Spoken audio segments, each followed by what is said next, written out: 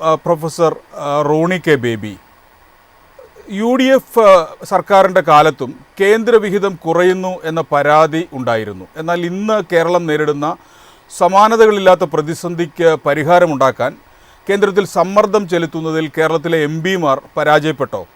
അങ്ങനെ ഒരു ആരോപണം വസ്തുതാവിരുദ്ധമാണ്.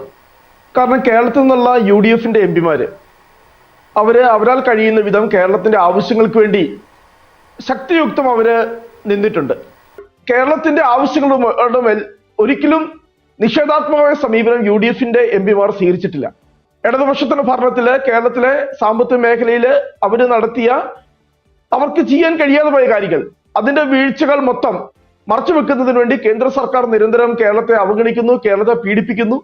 അതിനകത്ത് ഭാഗികമായി സത്യമുണ്ട്. പൂർണ്ണമായും ഇടതുപക്ഷം പറയുന്നതിനോട് നമുക്ക് യോജിക്കാൻ കഴിയില്ല. കേരളത്തോട് ഒരു പ്രത്യേക ചിറ്റമ സമീപനം കേന്ദ്ര സർക്കാർ സ്വീകരിക്കുന്നുണ്ട് എന്നതിന്റെ കാര്യത്തിൽ തർക്കമില്ല. കാരണം നമുക്കറിയാം, ഇപ്പോൾ കേന്ദ്ര സർക്കാർ നടപ്പാക്കിക്കൊണ്ടിരിക്കുന്ന പുതിയ നയങ്ങൾ, അതിന്റെ എല്ലാം ഏറ്റവും വലിയ ഇരയായി മാറുന്നത് കേരളമാണ്.